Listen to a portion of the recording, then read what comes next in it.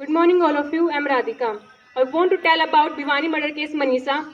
Please listen carefully. I can explain it, so think about it. Bhiwani जिले के ढाणी लक्ष्मण गांव की महिला मनीषा का लापता होने के 3 दिन बाद तक पुलिस कोई सुराग नहीं निकाल पाई। यह 19 साल की महिला मनीषा सिंगाणी गांव में एक प्ले स्कूल में अध्यापिका थी। उसने कोई गलत कार्य भी नहीं किया था, फिर भी उसके साथ ऐसा हुआ, यह बहुत ही गलत था। 19 साल की महिला मनीषा 11 अगस्त को प्ले स्कूल के लिए अपने घर से निकली। उसको छोटी उम्र में ये नौकरी करनी पड़ी क्योंकि उसके पिता मजदूरी करते थे, इसलिए उसे घर संभालने के लिए ऐसा करना पड़ा। 11 अगस्त को वह प्ले स्कूल के लिए निकली। लगभग 1:58 पर वह प्ले स्कूल से बाहर निकली और जब उसने अपने पापा को कॉल करके बताया कि आज वह आइडियल कॉलेज में जाकर बीएससी नर्सिंग का फॉर्म भरेगी ताकि वह अपनी आगे की पढ़ाई को जारी रख सके। उसके पापा ने कॉल करने के बाद ठीक है कहकर बोल दिया। उसके बाद 6 बज के कुछ मिनट पर उसकी बेटी की कॉल उसके पापा के फ़ोन पर आती है। फिर बाद में जब उसके पापा ने उसको कॉल बैक करते हैं तो उसका फ़ोन बंद आता है। बार बार फ़ोन करने पर भी उसका फ़ोन बंद आ रहा था, इसलिए उसके पापा ने देरी न करते हुए 112 पर कॉल कर दिया। 110-15 मिनट में भी पुलिस वहाँ मौके पर पहुँच गई। जब पुलिस ने मामले की वारदात की तो बताया गया कि जब मनीषा के बारे में बताया तो पुलिस ने कहा कि कहीं भाग गई होगी, 2-3 दिन में वापस आ जाएगी। तब उसके पिता ने उन्हें जवाब दिया कि मैंने आपको यह सब कहने के लिए नहीं बुलाया है, बल्कि जो मैंने आपको मामला दिया है उसकी कार्यवाही करने के लिए बुलाया है।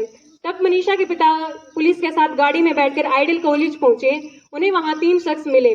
उनमें से 2 ने ड्रिंक कर रखी थी और एक शख्स जो ठीक हालत में था, उससे जब मनीषा के बारे में पूछा गया तब उसने साफ मना कर दिया और कहा कि वहां ऐसी कोई लड़की नहीं आई है। और जब उसे सीसीटीवी फुटेज दिखाने के लिए कहा गया तब उसने कहा कि सुबह जब प्रिंसिपल आ जाएंगे तब वह उन्हें सीसीटीवी फुटेज दिखा देंगे। उसके बाद पुलिस ने भी कुछ खास रिस्पॉन्स नहीं दिया और कहा कि मनीषा के पिता को घर जाने के लिए कहा। मनीषा के पिता ने घर पहुंचने के बाद निश्चय किया कि वह सुबह लुहारू के पुलिस थाना में एक FIR दर्ज कराएंगे। जब उन्होंने सुबह SI शकुंतला को FIR दर्ज कराई तब उन्होंने कुछ खास रिस्पॉन्स नहीं दिया। अगले दिन 13 अगस्त को सुबह सिंगाणी गांव के खेतों में एक किसान ने देखा कि उसके खेत में एक महिला की लाश मिली है। तब उसने मौके पर 112 को फोन किया और वहां 112 वाले पहुंच भी गए। पहुंचने के बाद उन्होंने SI शकुंतला ने मनीषा के पिता के पास कॉल किया। मनीषा के पिता के पास कॉल करने के बाद उन्होंने कहा कि एक बार में सिंगाणी गांव के खेतों में एक शव मिला है, कृपया एक बार आप आके उसको देख लीजिए।